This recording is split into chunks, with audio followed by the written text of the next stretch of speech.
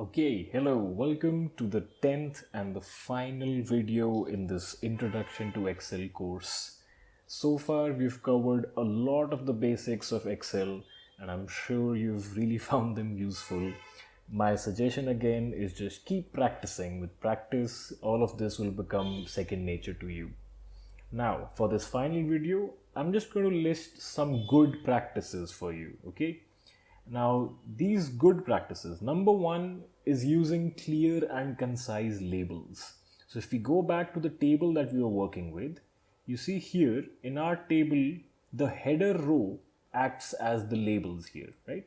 And if we read the header row, it says first name, last name, full name, state, designation, salary, sick leaves, remarks, right? It is good as it is, but depending on who is going to use this table, we might have to modify it a little bit, right?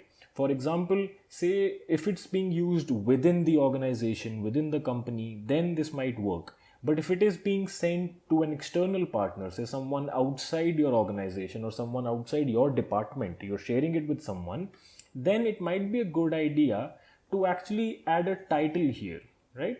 And the title can be, so what I'm going to do, I'm going to teach you something new.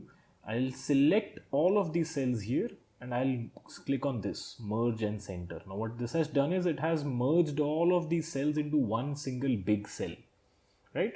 And I'll write here details of employees of ABC department. Fine, I'm just calling it ABC. Right? And now this, if I want, I could also highlight it. Maybe I could give it a different color. So I'll choose the color from here. Let's go with the blue theme. The blue looks good. I'll do this. Right? Now, so this way, anyone outside the organization, if they read this, it kind of makes sense to them what it is. Now the next thing is that it has to at least look better, right? You can't share this type of a sheet, right? It has so many calculations, it has so much happening in this that the person will get confused.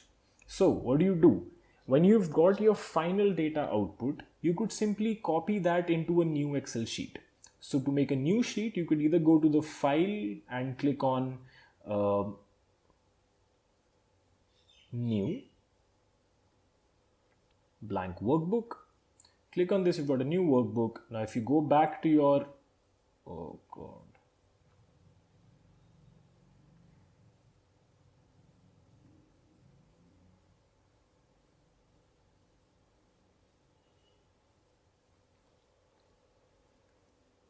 so what you could do is you could just copy your final output, which is this. I'm going to press Ctrl+C and copy it.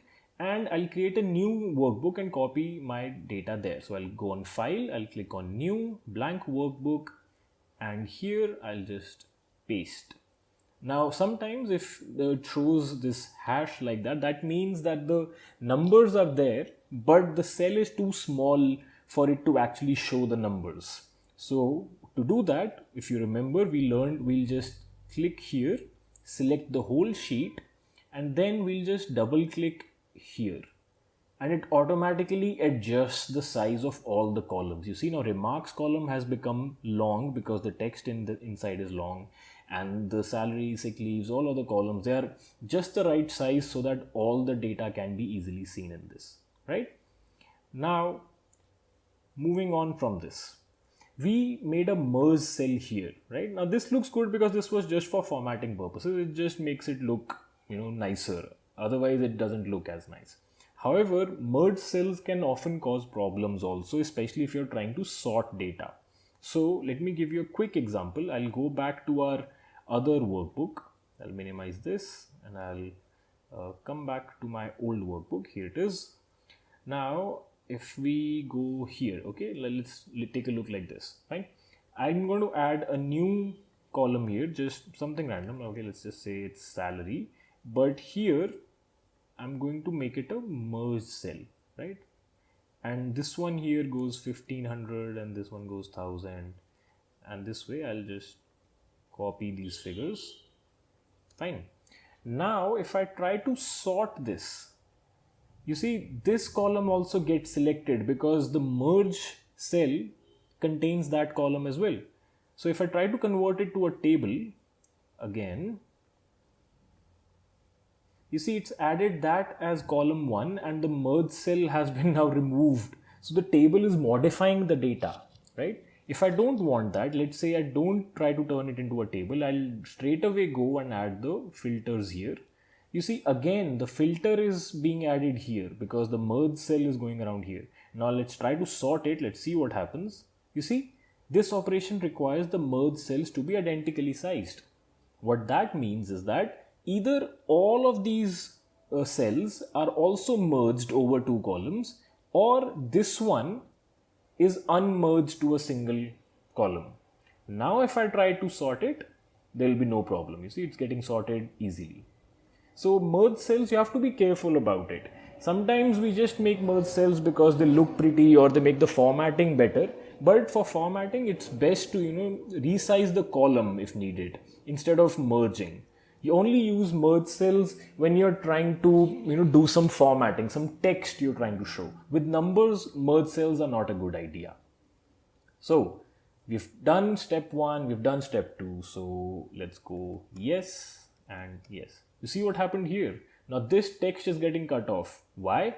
Because I did not format it properly. So I'll just double click on this and the formatting is fixed.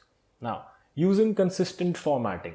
You see, consistent formatting simply means, like, if we go back to the table here, if this table is formatted like this, and then there's another table in which also we have similar data but for other departments, then if here the data is in rupees and has 2 significant figures after the decimal, and sick leaves is conditional formatting is in this green and red, then it is good if that other table also follows the same formatting.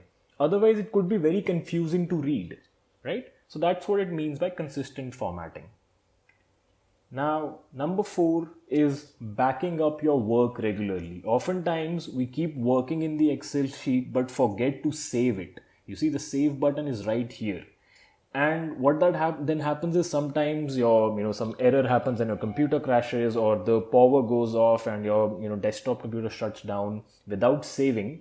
Even though Excel has like a recovery mode in it, sometimes Excel auto saves your work, but you shouldn't rely on it. Ideally, you should keep saving your work every few minutes. So to save, you can just press the save button here and it automatically saves it. Otherwise, the shortcut for saving is Ctrl+S. So in good practice, as you're working through Excel, just keep pressing Ctrl+S every now and then and it keeps saving your work. Okay. Now moving to our bonus tip. Now this is helpful if you work with the same kind of data day in and day out. So let me show you an example. Over here I've got this list of districts from West Bengal in alphabetical order. Beginning with Alipurduar all the way till Uttar Dinajpur. Now it could be that you have to work with either names of these districts over and over again, or you may have to work with names of, say, circles or blocks or schools within these districts. So each time you may have to type all of these names, or you may have to copy them every time. But there's a simpler way. First, what we'll do is we'll just copy this alphabetically sorted. Oh, I'm sorry about that.